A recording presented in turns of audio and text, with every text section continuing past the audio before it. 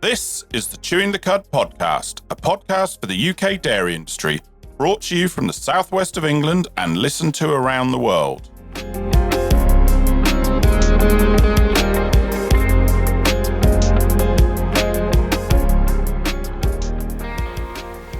Hello and welcome to Chewing the Cud podcast. My name's Andrew Jones and with me as always is Sarah Bolt. How are you doing, Sarah? I'm keeping really well, thank you, Andrew. How about you? Yeah, it's lovely to see a bit of sun, isn't it? And not quite so much rain as we've had. And I think there's a few cows out and about.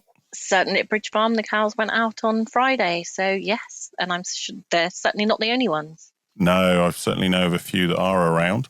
And as you say, funny, I've been somewhere today and quite a few people told me there's a lot of grass out there. They've gone out to spread a little bit of fertiliser or a little bit of slurry, and there's already a lot of grass out there. But given the winter we've had, I suppose it's not surprising. We've gone into an autumn, going into winter with a lot of grass covers, and then it's just kept growing through winter, hasn't it? We've only had a couple of days of frost at the most down here. As I say, certainly in the south here, we've been very lucky and kept the frost off, haven't we? Yeah, the only downside maybe is your silages might contain quite a bit of fibre, bit of lignin because it's grown through the winter of that older grass. Yeah. But I can see potentially if the weather keeps as it is, maybe some early cuts of silage, maybe almost to reset the platform and then get a proper first cut sort of thing, or a late first cut. Start filling those silage pits again. Yes, that's definitely something people need to do, start filling those silage pits again. But anyway, on to today's topic. We are here to talk about the European Dairy Congress. And that's here in the UK this year, isn't it, Andrew? It is. I'm just glad I got it right because I know both of us keep wanting to say European Dairy Conference, but it's Congress. It's a Congress. But yes, I believe it's not been here for a while. Obviously, there's more details available on their website, which we will put in the notes for the podcast. But otherwise, I guess the best thing is to listen to our three guests and see what they have to say so you know more about what it is, when it is, and what it's all about.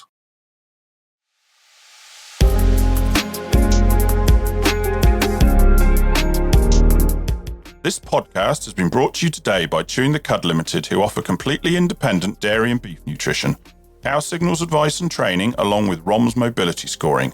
For more details on these and other services available, please visit our website www.chewingthecud.com or email us directly on nutrition@chewingthecud.com.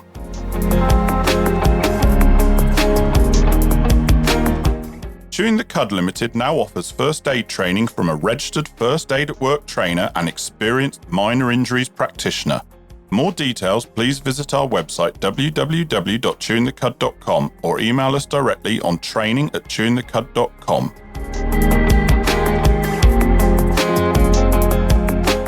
Hello, I'm Andrew Jones. And I'm Sarah Bolt. And welcome to the Chewing the Cud podcast, a podcast for the UK dairy industry. Farmer, advisor, processor, and everyone else. We have topics and episodes that will interest you. We discuss the practical and the technical aspects of different UK dairy industry topics. We aim to make you think about what you're doing and ask yourself, can it be done differently? Listen to us speak with specialists from inside and outside the industry about their area of expertise. Subscribe and listen to episodes for free on your favourite podcast platform. Sign up to our website, www.chewingthecud.com, for podcast notifications so you never miss an episode. And links to our socials, including Instagram, Chewing the Cud Podcast. All one word, and remember, no G. Or email us direct on podcast@chewingthecud.com. If you like what we do, please share and leave us a review to show your support. And that's it. Enjoy today's episode.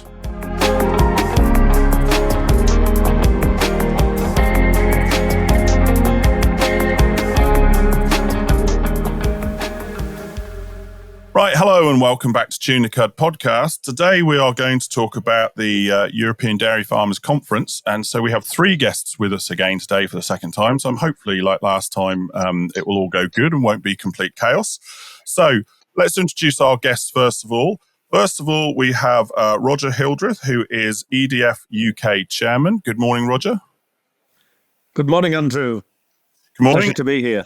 Thank you. And then we have Richard Simpson, who is the EDF UK Secretary, as well as STAR, and I'll explain what STAR is in a minute. So good morning, Richard. Good morning, and thank you for inviting us. Well, or maybe Richard can explain STAR. We'll get to that. And then we also have David Jones. He is the EDF UK Council member. Good morning, David. Good morning, all. Good morning. So we are here to talk about the EDF conference, which bookings are now open and is in Cheshire later this year. But before we do all of that, Roger, if we can start with you, just tell us a little bit about yourself and how you got to where you are today. Roger Hildreth, yes, dairy farmer just outside York, right in the middle of the Vale of York. We're currently milking about 130 cows at this moment. We've been milking through 3 Lily robots for the last 12 months, almost. My son has driven this forwards. He's now 33. He's certainly in the driving seat in the business. And I am currently chairman of European Dairy Farmers in the UK after being involved with EDF for probably about the last 8 years. Okay. And Richard, tell us, I suppose, in your introduction, tell us a little bit about what STAR means. Yeah, sure. I mean, maybe I just mentioned, firstly, my day job is working for Kingsay. So I head up the Kingsay team and work very closely with Sarah. And I suppose I've always, had an interest in figures, so dairy, cost of production, performance figures, etc. So that really what sort of got me involved with EDF. We'll explain a little bit more about EDF later, but one of my roles then with EDF is the EDF STAR. STAR is the scientific team for analysis and research. So EDF is made up of several countries across Europe, and each country has a council representative, so farmer, in our case David, and then a STAR representative. And I have the pleasure of looking after all the figures for the UK group, and then supporting, helping organising meetings, discussion groups, etc. David, and yourself? Hi, David Jones. We're dairy farming in Monmouthshire, South East Wales, with 250 cows and 4 robots. So we put robots in about 21 years ago. So I've had them a little while then. Yeah, indeed. Yeah. So, as I say, we're here to talk about the fact that the 2026 EDF conference Congress, I should say, is here in June in Chester. But before we do, I don't know which one of you gentlemen wants to take the question, but tell us a little bit about EDF. What is it? How did it come to being? How long has it been going? Just a little bit of history about it and what's involved. Start. So EDF, or European Dairy Farmers, it's really a club. It's a club of visionary dairy farmers across Europe. It was set up back in 1990. Actually, set up with very much involved a group of farmers from the UK. The initial meeting was in Stoneleigh, and some of the sort of original people setting up was the likes of Jim Harrison from Sussex, that I'm sure many listeners will know well and know the Harrison family well. So it's a group of now sort of 500 plus dairy farmers from across Europe, all types of sort of farms represented. Really, at the focus of EDF is the cost of production. I'm sure we'll talk a little bit more about that. That provides the method where farmers can confidentially, independently share their full cost of production figures with the group, and that then forms the basis of discussions. So at the Congress, we'll talk a little bit about how we'll use the cost of production on the farm visits and that sort of things. But it's really very much a club. Many of the farmers within the group are representatives of their co-ops or producer groups, like David is. Each nation has its own branch. So as well as EDF, we have our EDF UK group, So that's what Roger is chair of. So we meet twice a year. So we have a sort of 2-day meeting twice a year, spring and autumn. And yeah, we typically go to an area of the country and visit 2 or 3 farms, and then have a discussion around a workshop around the cost of production. And then each year, there's the main event is the annual Congress. So yeah, last year was in Portugal. End of June last year, we had an excellent Congress by the beach in Portugal. And yeah, we're following Congress by the beach with a Congress in Chester. Now, tell me if I'm wrong. When I was reading your website yesterday, it's not just members from Europe, is there? There's members from elsewhere as well. Is that right? Yeah, I mean, Europe is the sort of focus of the main member groups. But at each Congress, there's always, a reasonable number of delegates from outside Europe. In Portugal, there was about 8-10 delegates from the US. And again, we always try to get speakers from international speakers as well. So yes, we've talked about the one I particularly noticed was it said there was an EDF branch in Canada. So, but I guess ultimately it's all the same thing. It's all about comparing the numbers and costs of production and seeing where people compare. So no, a little thank you for that. So how many members are there in the UK? We've got about 30 members, just over 30 full members in the UK. But we're trying to grow the group, and yeah, one of the sort of opportunities with us having the Congress in the UK this year, we're looking to get some new UK members involved, not just at the Congress, but involved in the UK branch, and properly contributing with their cost of production. I mean, it's that cost of production that is at the heart of EDF. That's what we base a lot of the sort of workshops, discussions on around. And whenever we visit a farm, we always sort of plan and visit the farm beforehand, pick up their figures. So, when we're on farm, when we're, hearing about the system, the figures give that, basically keep everything honest. We don't necessarily on a visit go into every nth detail, but they keep the figures honest, when we're talking about, where that farm's come from and what they're, trying to achieve.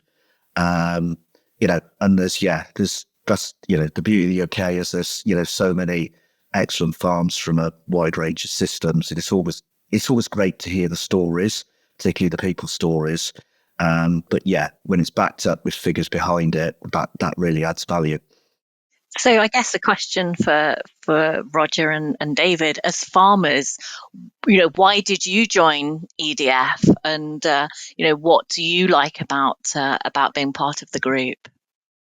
I think I'll start with that one. So, I first joined European Dairy Farmers in 2018, but it went back a little bit further than that. In the 2016, Ray Keating, who many of you may know from HDB, pounced on me at an HDB conference and said, "Would you like to do European Dairy Farmers?" No, Euro Dairy, sorry.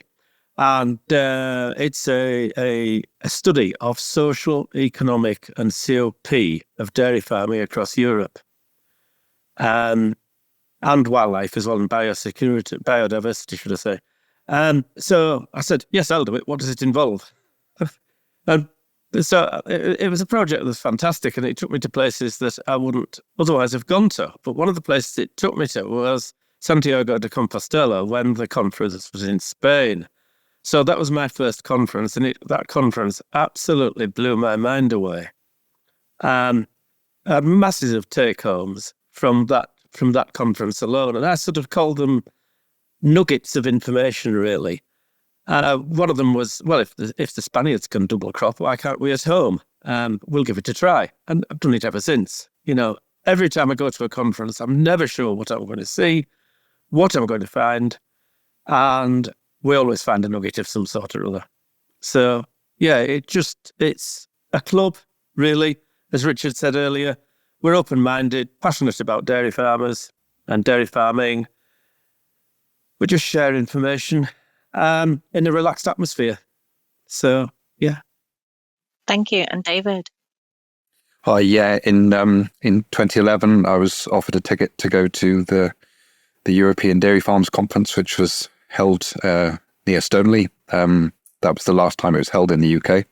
And there was a group of us from Wales, and we just continued to go every year, really. So the following year was Belgium. And then I forget when exactly, probably 6 or 7 years ago, something like that. I was asked if I wanted to be a council member to represent the UK. The current person was standing down. So, yep, I've done that since.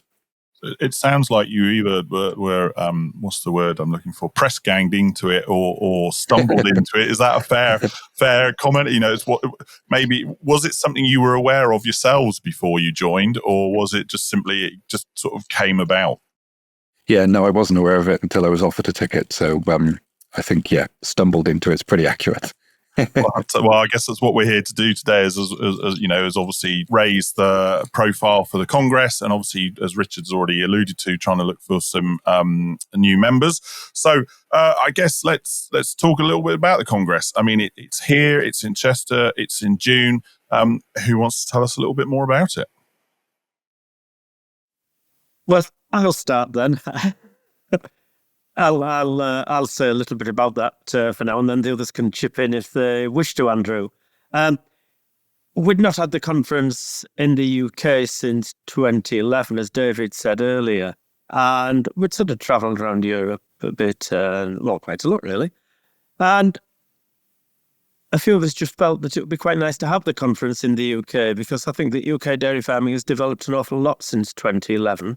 We have quite a lot to show to other dairy farmers around Europe. How's it chosen? Is it you have to offer it, or is it's cyclic around the different members that you get it every? Well, what do you say? 2011, so that's going to be 15 years ago. What's the process for who's the host?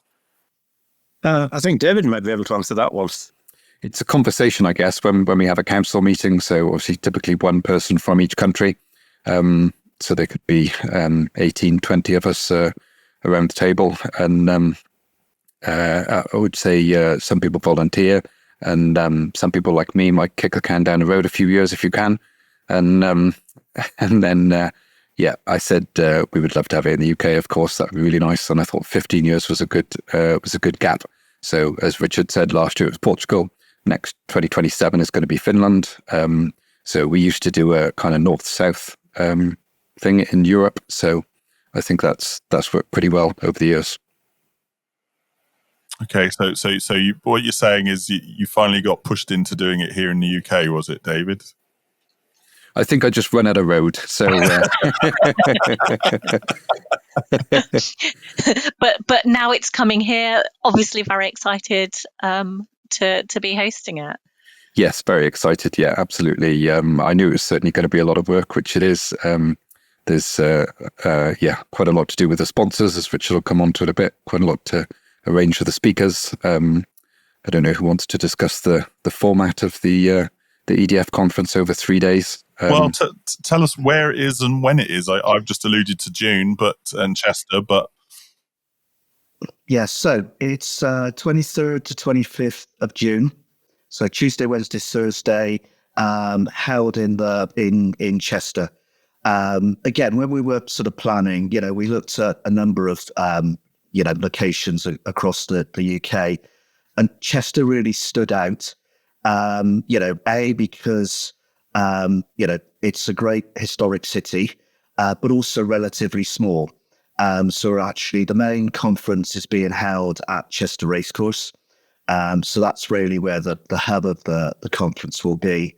And the beauty with Chester is, there's plenty of, hotels, literally, right close to the city centre. So, people will be able to walk from wherever they're staying in a hotel to the racecourse, but also to the city centre.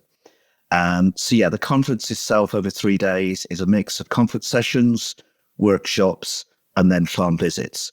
I'm sure we'll talk about a little bit more of each of them as we go through. But again, another reason for choosing Chester is, yeah, it's a very concentrated dairy area. I think it's the most concentrated area of dairy in the UK. And there's lots of great farms around there of all types of systems. One of our aims held at UK was to kind of not just showcase the best of UK dairy, but showcase the range of farming systems. And, because I've had the pleasure of being involved with EDF for just 20 years now. First Congress I went to was back in 2006, when it was held in South Wales in Carmarthenshire. At the time, I was doing a lot of work with Gethier College down there, and that sort of introduced me to EDF and the cost of production. And over the years, you go around, pleasure of visiting different countries. Most countries across Europe have their own, have a fairly single system. If you go to Ireland, you see, largely spring calving herds, excellent systems of production, but all the farms we go to are spring calving grass-based. If you go across, Europe, we've been to, Germany, Sweden, France, Netherlands. Most of the farms, a lot of countries across Europe are sort of higher yield, if not fully housed, sort of largely fully housed. Within the UK, we've got, systems. We might have a grass-based system, autumnal spring calving, and next door there's a highly efficient, high output, high yielding herd. So that was really, one of the beauties of Cheshire. We've got that range of farms within a very close area. So, but you are right. There's that diversity. If you go back, 20, 25 years ago, pretty much everyone was the same, wasn't it? Housed for 5 months, out for say 7 months. There might be someone like TMR compared to, blocks or feed or whatever. But in that sort of last 20, 25 years, the diversification within the UK from once a day spring calving maybe to intense robots in 365 days and everything in between. There is a massive variety of farming styles within dairying in the UK. Yeah, and with the sort of cost of production that we do, all of those systems have the potential to make good money. That doesn't mean obviously it depends on the market, the time. Obviously, we're going into a trough of milk price at the moment, which will be, one of the key discussions. But they can all be very efficient. Obviously, there might be for sort of some differences in markets, which is another area we'll talk about. But so we want to, showcase the diversity of productive dairy and systems. That's sort of, key aim of what we're looking to do. So the conference itself, has it got any particular theme or themes that you can share with us? Yeah, sure. Our title is New Challenges, New Opportunities. So that's sort of fairly wide scope. So it gives us, the format of the conference, we start on the sort of, the Tuesday. People arrive sort of in the morning for a sort of, buffet lunch. And then the Tuesday afternoon is conference sessions. So we'll start by introducing people to the UK dairying. And then after we've given people a sort of a good flavour of UK dairying, our sort of main theme we've titled Sustainable Dairy Matters. Okay. And then within that, there's 2 kind of key focus areas, and we'll have a session on each. So one of our sessions will be on what we've termed technological revolution. Okay, so that's looking at all types of technology. So whether that's robotics, sensors, machine vision, artificial intelligence, through to genetics, genomics, how those systems have developed massively over recent years. So we'll have a sort of mix of, technical speakers talking about what's available at the moment and what's coming. And then we'll also have some brief sessions from farmer speakers of how they're putting that into action. So the technological revolution is one key area. And then the other area of sustainability is really from the ground up. So that's looking at how, managing the soil, which, is an area that we've done a lot here at Work at Kingsley, and Sarah's very passionate about how, managing the soil and, really also adding more technology to that soil management as well can, not only, reduce fertilizer use resources, but lead through to sort of better quality forage, which then has a positive benefit on cow health, and ultimately through to the nutrition of the products we all produce. So yeah, those are kind of two key themes. And then in the sort of final session, kind of, we'll pull it together and look more at the market opportunities. And again, one of the sort of key things we're keen is to, milk's often, seen, well, in many markets, it's a commodity, and great when things are going well, but all you need is that small amount of oversupply, as we have at the moment, and prices crash. We want to sort of have numbers look at opportunities where we can, properly add value and actually properly recognize the nutritional value and quality of the products we produce. And I guess it's how to get that message out to consumers as well, isn't it? Whether you're a farmer or a global dairy supplier, that message is obviously key to everyone. Yeah, definitely. So as well as these sessions, what else will people be able to do at the Congress? So another key area is workshops. So there's the whole area, a whole series of workshops that people can choose from. So we'll have a selection of workshops that focus very much on the cost of production. Okay, so these are the only area of the conference that are available only to EDF members that put in their cost of production. Okay, so this is the only closed area of the conference.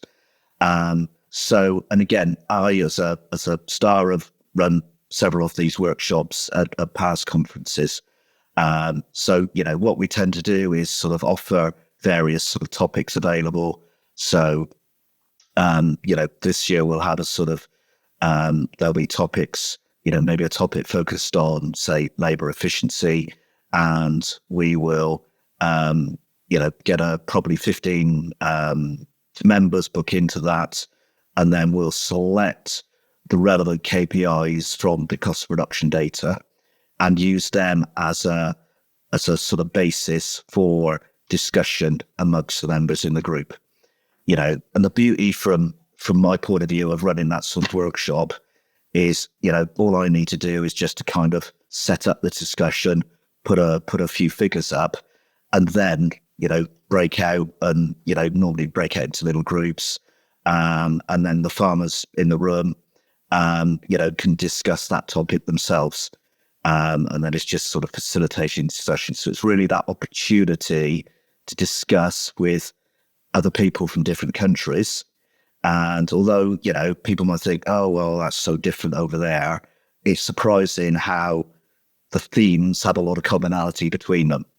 And I'm sure David and Roger can, chip in on how they found those sessions. Well, I was going to say, when you look at those cost of productions, what are some of the interesting comparisons between countries? Because, was it 2 years ago now? I went to Sweden, and it was just interesting looking there. There just seemed to be a lot more labour about than what we had here, and maybe I'm wrong, but that was just, my anecdotal impression.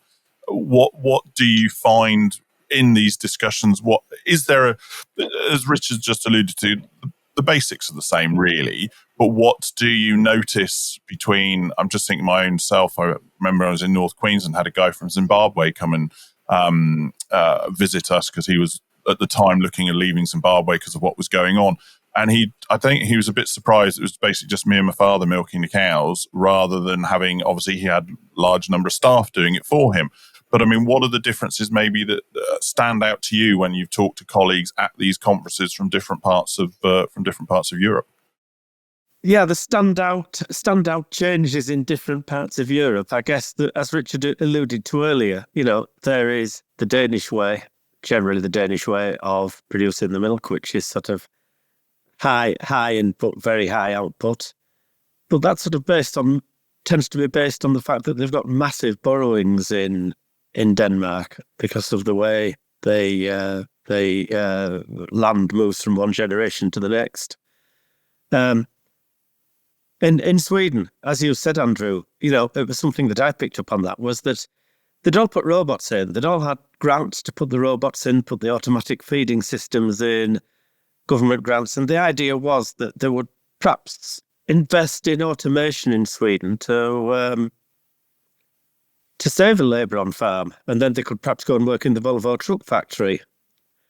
But they weren't. They just seemed to be hanging around inside the barns, which was something that struck me. Certainly, your take on it was very similar to mine at the time. There's always something that strikes you on the farm, whether it's too much labour or, crikey, how on earth do the Portuguese keep these sheds so cool? Really warm temperatures when we were there, well in the low 40s when we were there last June.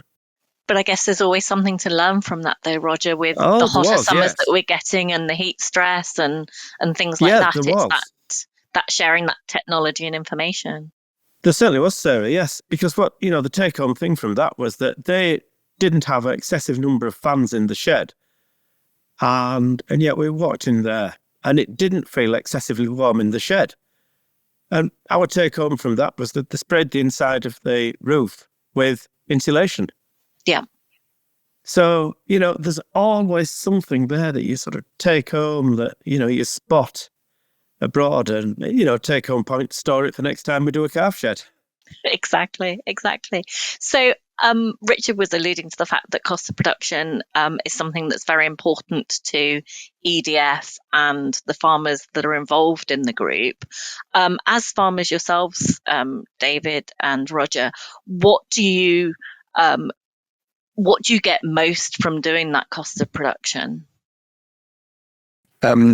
I guess excuse me. I guess it's because it's in the same format. It may be a fairly obvious thing, but of course, across the sort of main 18 or so countries, having it in the same format where you can compare like with like is a really key element. And I think, as Roger's saying, whether it's sitting down over a coffee with a farmer from any other country really, and saying, why are your costs high here or your costs low here? What are you doing? What are you doing different? So I think that's where we get a lot from it really. And as Richard was saying really about the conference structure, the Tuesday afternoon is largely plenary sessions. The Wednesday morning then is, as he said, workshops and plenary sessions. The Wednesday afternoon is farm visits. There'll be a total of 8 farm visits. The Wednesday evening will be we're going to Chester Zoo for a meal, exciting. Which will be quite nice, which will be different. Traditionally, it's an on-farm barbecue, but it's a little hard to find a farm suitable to have 400 guests and marquees and everything else. So we chose the zoo, and as you say, it'll be something different. And then on the Thursday, it's plenary sessions in the morning, followed by more farm visits in the afternoon, followed by a gala dinner at Chester Cathedral. So we're looking forward to that. And quite often there's a post-Congress tour on the Friday morning. Typically 40 or 50 people would attend that. So that's in planning at the moment. So talking about the costings, based on an average, where does the UK compare to others in Europe? It's always interesting to compare, farmers, we all like a league table and see where countries rank. So, at each Congress, EDF has a core. So there's a a small team, literally a small team in Germany. So Germany is the base of EDF.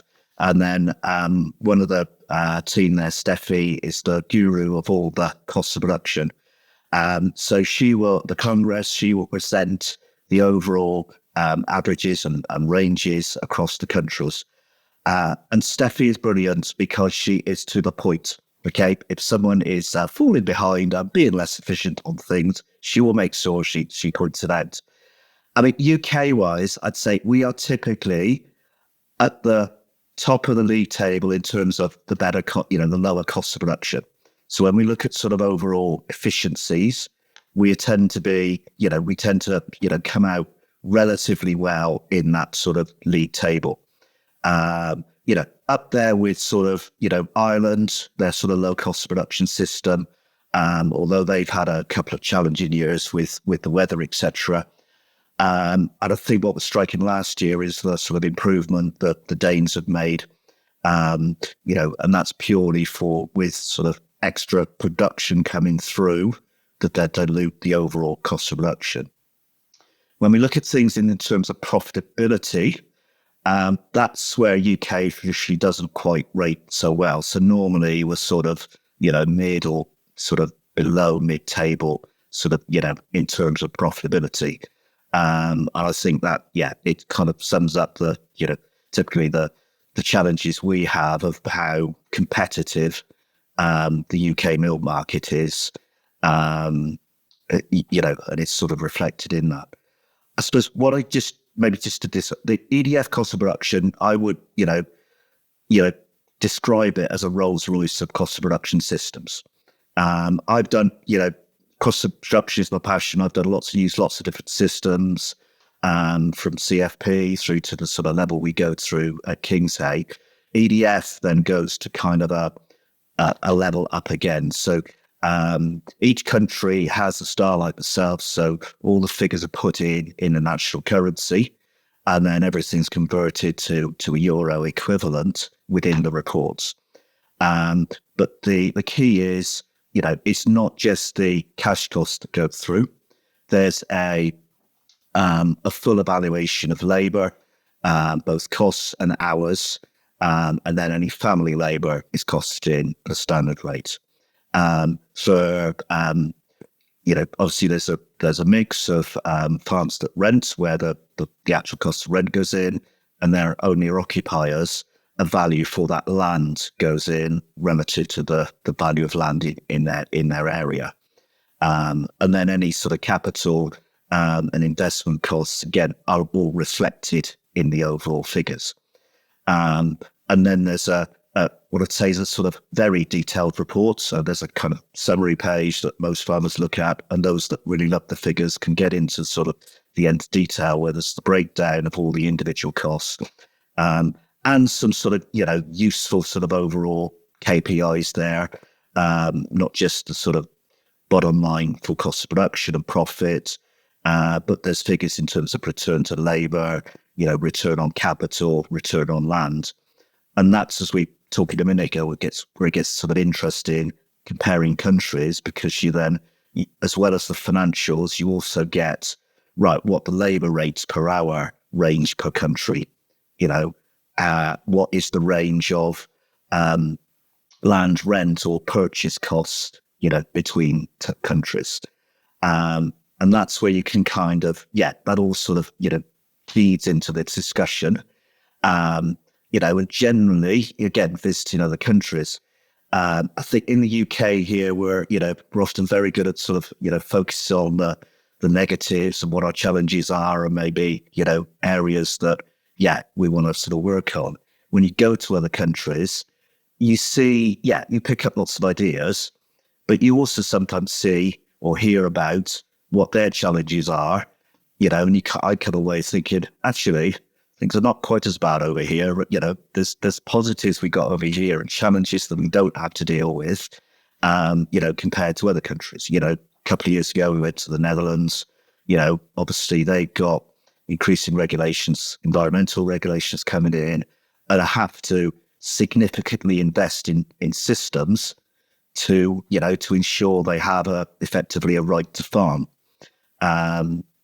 So yeah, there's another discussion there as to what we're going to face over here coming forward.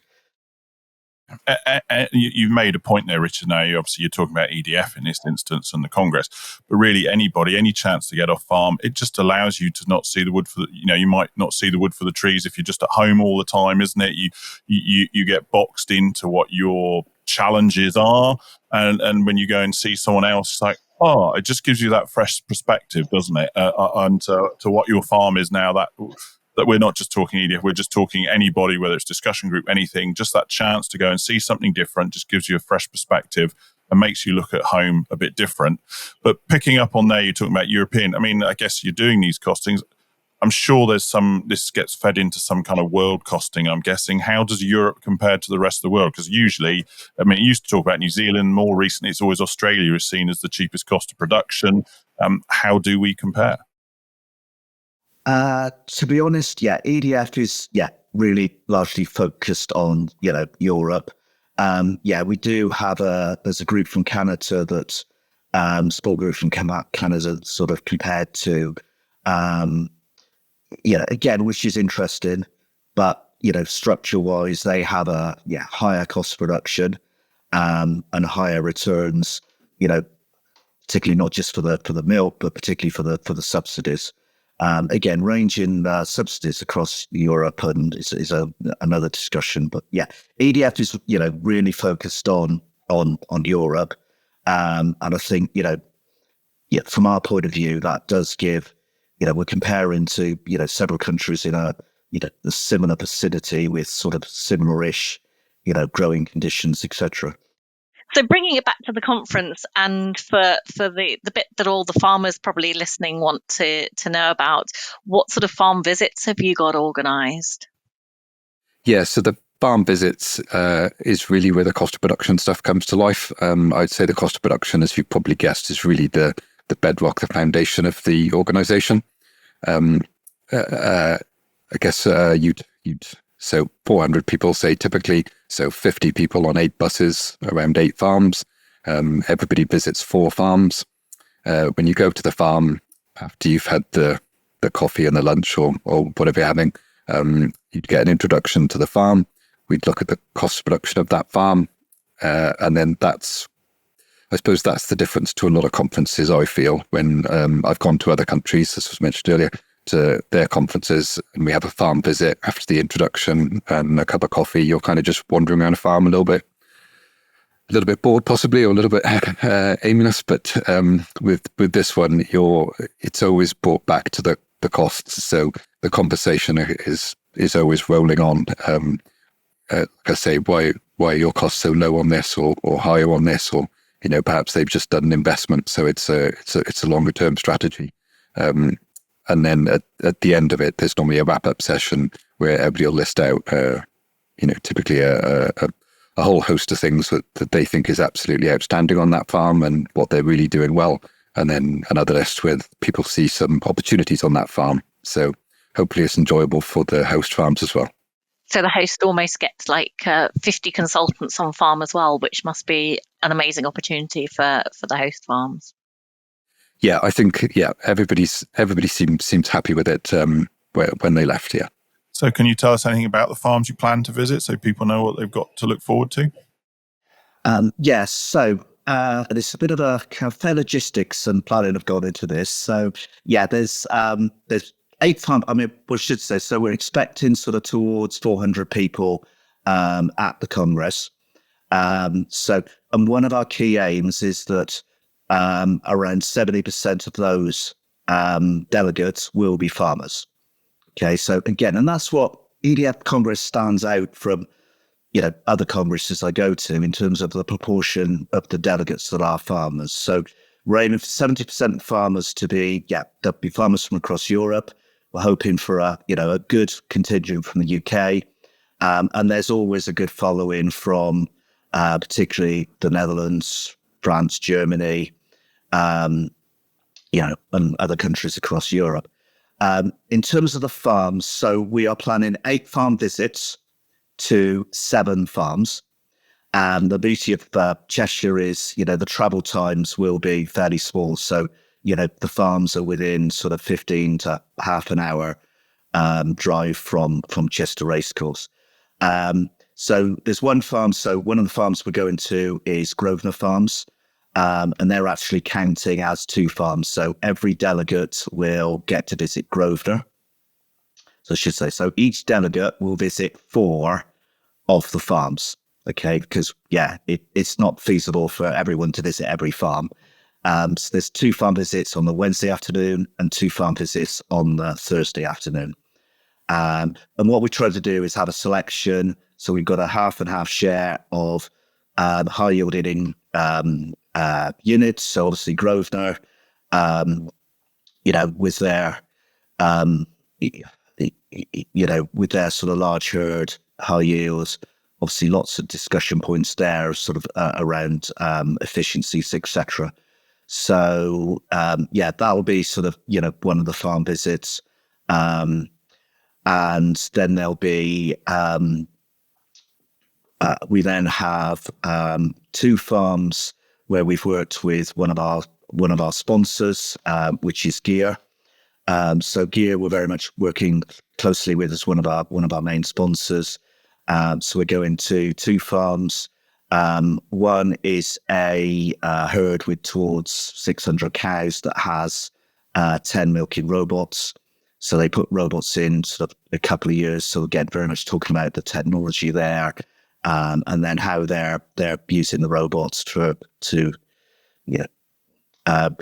sort of maintain and ensure the sustainability of the whole business going forward.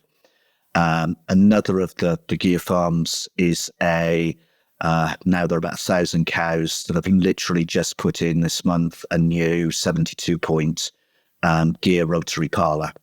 So again, there'll be plenty to sort of talk about there in terms of how that business is growing, and the family with the sort of next generation coming through on that farm, how they're looking to take that business forward and grow the business. So as I say, our sponsors are vital to us being able to run the conference. One of our main platinum sponsors is MSD and Animal Health. And I think, that'll come in. I mean, there'll be, I mentioned earlier, in terms of the speaker sessions, there's one of the sessions we've got planned around sort of technology and technological revolution. Dan Price from MSD will be speaking about their sensor technology, and how that is increasingly developing, use of not just technology, but application of artificial intelligence within that, and how that is, becoming sort of, used on more and more farms. I mean, obviously, MSD are, at heart, they're a animal health company, and still have a wide, variety of market-leading vaccines that they have available. But in recent years, they've developed the technology, which is very much focused on, ultimately, it's that health monitoring. It's stopping animals getting sick in the first place. So and we at Kingsay work closely with the vets within our vet partners group, and increasingly the focus is, moving to vets being involved not just in treating sick animals, but working with the farm team and using technologies like SenseHub to just enable the whole team to look after cows better, improve the efficiency, reduce health issues, and using that technology, I think, as a sort of great place to play in it. And it's something we at Kingsay are sort of passionate about. I've worked with, many technologies, including on a farm I was looking after myself, which again did have SenseHub on, and so I've got sort of hands-on experience of what the potential of products like SenseHub do. But we even did a Kingsay. We did one of our tried and trusted surveys on cow wearables. So this was a project led by Sarah. One of my various projects that I. Where we just carried out a survey of our Kingsay members as to what they thought of technologies. It's kind of like a witch report of cow wearables. And then, we produced a report ranking the technologies by lots of different factors. And overall, and the sort of top three were sort of very close in their scoring. But at the top of the list, sort of from that independent members survey, was the sensor technology. And I think that, it's not just what those technologies can do technically, it's the user interface. So it's understanding the interaction of people and technology. And that's the thing. Again, it's another sort of interesting discussion, which I'm sure will come up at the Congress. So you've mentioned some of the farm visits there. I mean, are there other workshops going to be at the Congress? Yes. So alongside, I've mentioned the cost of production workshops. So we'll have about a dozen different workshops. 6 of those will be cost of production focused with a different topic. And then we've got, say, our main sponsors, MSD Animal Health and Gear. They will each run a workshop around their sort of different technologies. And Gear particularly focusing on the sort of labor efficiencies of what they can sort of offer. One of the other workshops, it will be led by Paul Harris from Real Success, who I know this audience have heard before and know well. So, and I think, as I say, the focus of the Congress is sustainability, whether that's using technology or from the soil, from the ground up.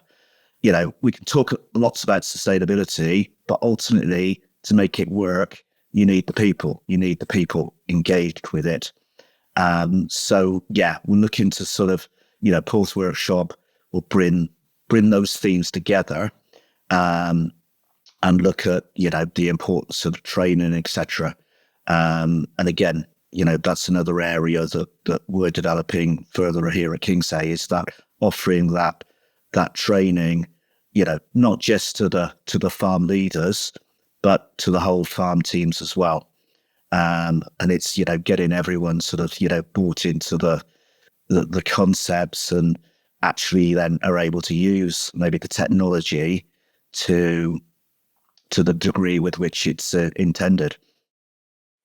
Yeah, and other important sponsors would be HSBC.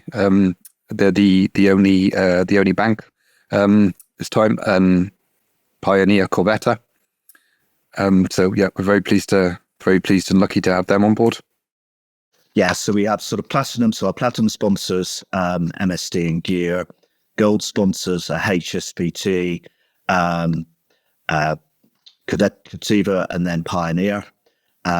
Hopefully on one of the farms, Pioneer will have some sort of maize variety trials that delegates can see. And then just confirmed also Trow Nutrition.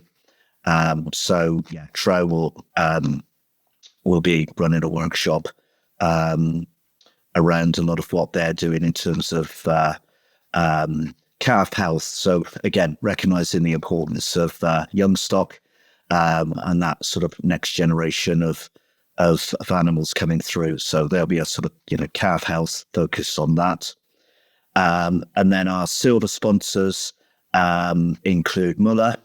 Cheshire is a Muller heartland, so several of the farms are Muller suppliers.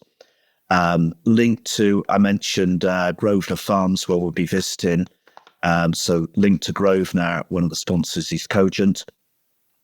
And then we've also got valuable support as a silver sponsor from Crayberg, who make the cow mattresses. And also from Arm & Hammer company, which we might not know so much of in the UK, but they're very much involved in producing nutritional products, sort of leveraging microbial research, probiotics into valuable nutritional products on farm. Now, you mentioned some of the farms you're visiting, obviously high input with the robots. I'm guessing the big rotary and Grosvenor. I'm guessing that's balanced with some more pasture-based visits as well on some of your farms? Yep. So 4 of the farms are, pasture-based. That doesn't mean they're no yield. One of the farms, and indeed long-term EDF members, farm I know, very well. They have 550 cows, decent, reasonable output of around 9,500 litres, sort of late summer, autumn calving, but then a clear focus on grass and grazing from early spring, whenever turnout is feasible, right through the summer. So again, it's sort of building on that, what you described earlier, Andrew, as the sort of traditional UK system, but moved to a sort of block calve format, efficiency of block calving, and optimizing that winter feeding on grass, silage, and maize, and then with grazing making a significant contribution to the diet through the spring and summer. Well, yeah, I mean, I guess because you said you want to show the variety of UK farms, so that's what people want to see, isn't it? Yeah, Andrew, could I just add something here? Add something to Richard's farm visits there. We'll also be visiting a farm with a unique tenant system in which the rent is actually calculated from the milk price and directly related to the milk price. And that's something I've not come across before in the UK. And I know when we visited as a group of UK farmers a while ago, we were all extremely interested, to say the least, about the system of rent there. It was absolutely unique. So, yeah, that's really worth a look. Is it a new thing for them, or is it something that's just been historical? It's something that's been quite historical, apparently. It's gone on for a number of years. But the farm is an extremely interesting visit anyway. So, yeah, fantastic place to see. I love hearing about some of these thinking outside of the box solutions to things. And yeah, that sounds very much in that category. That's exactly it, Sarah, yes. Yeah. Absolutely. And it was also linked, I believe, to the amount of investment on farm from the landlord. So those two things together, it is really interesting to hear about these different ways of doing it. Now, we've been talking about this. I guess the most important thing is if people want to come to the Congress, how do they do it? Very easy. So, EDF website, dairyfarmer.net, and hopefully there'll be a link to all of this in the podcast notes. So on the EDF website, you can find out more about EDF and the Congress. There's a video we put together showcasing including a couple of the farms included in that, and then all the booking details will be online on the website. And the event's open. It's open to members and non-members.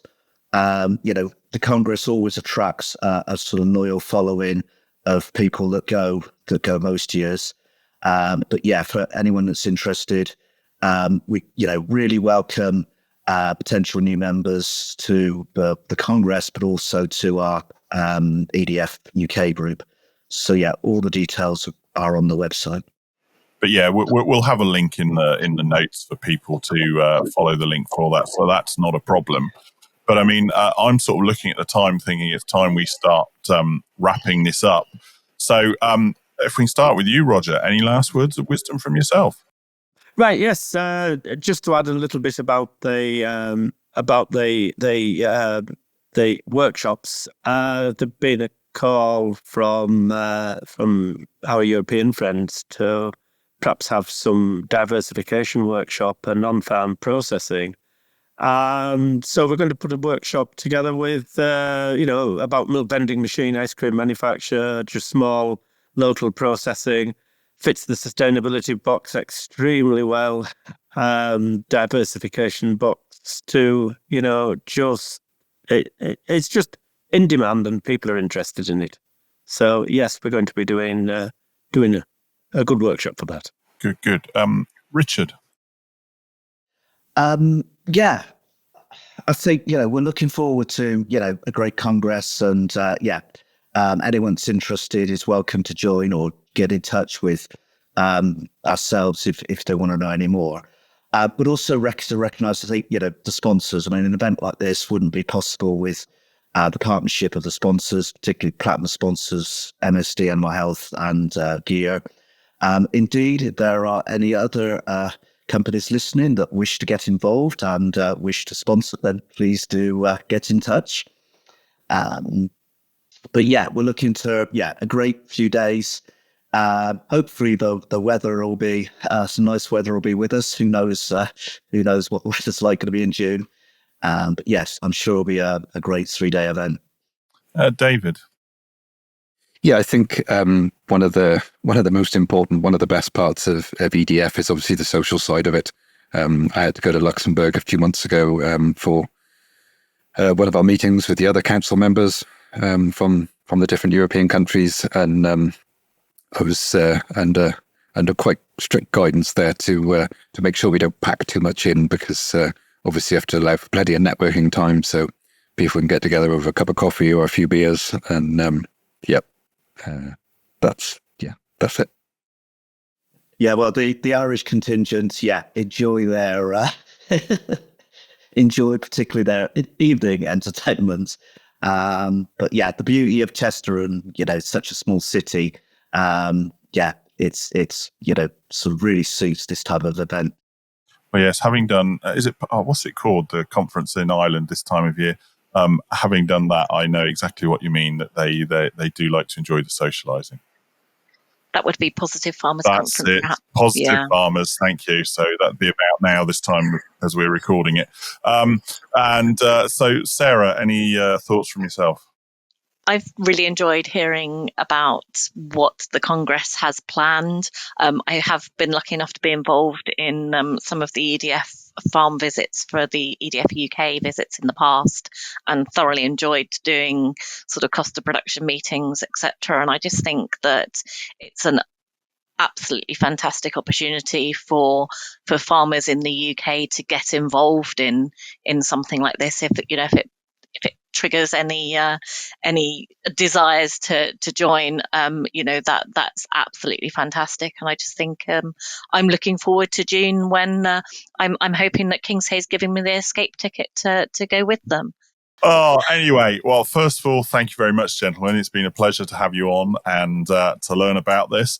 And I hope, really echoing a lot of what Sarah's saying, that I hope that people listening to this, it will pique their interest. If they didn't know about EDF, which I got to be honest with you, until Richard approached me, I wasn't aware of it myself, or this Congress. You've given us a bit more detail about what EDF is, about what the Congress is, what you've got planned, and it sounds like a great 3 days.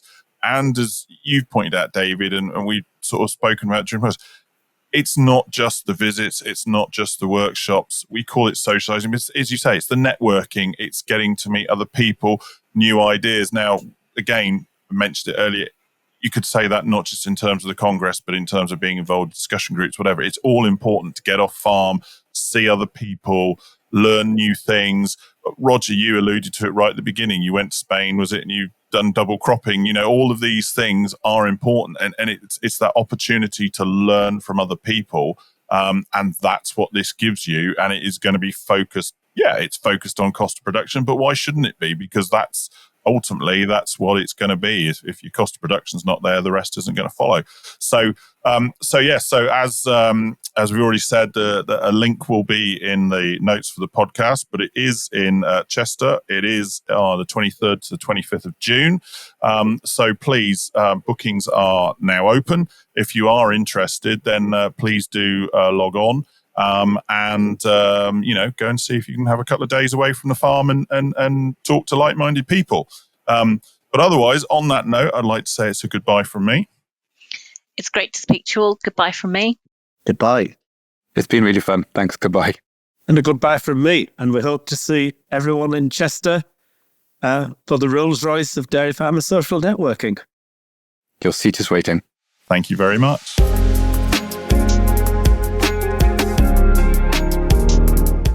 Thank you for listening to the Tune the Cud podcast. podcast for the UK dairy industry, brought to you from the southwest of England and listened to around the world. Now for the really boring bit, I'm afraid, the legal disclaimer. The information provided during this podcast has been prepared for general information purposes only and does not constitute advice. The information must not be relied upon for any purpose, and no representation or warranty is given to its accuracy, completeness, or otherwise. Any reference to other organisations, businesses, or products during this podcast are not endorsements or recommendations of Chewing the Cud Limited. The views of Andrew Jones are personal and may not be the views of Chewing the Cud Limited, and the views of Sarah Bolt are personal and may not be the views of Kingshay Farming and Conservation Limited and any affiliated companies. For more information on the podcast and details of services offered by Chewing the Cud Limited, visit www.chewingthecud.com. Thank you and goodbye.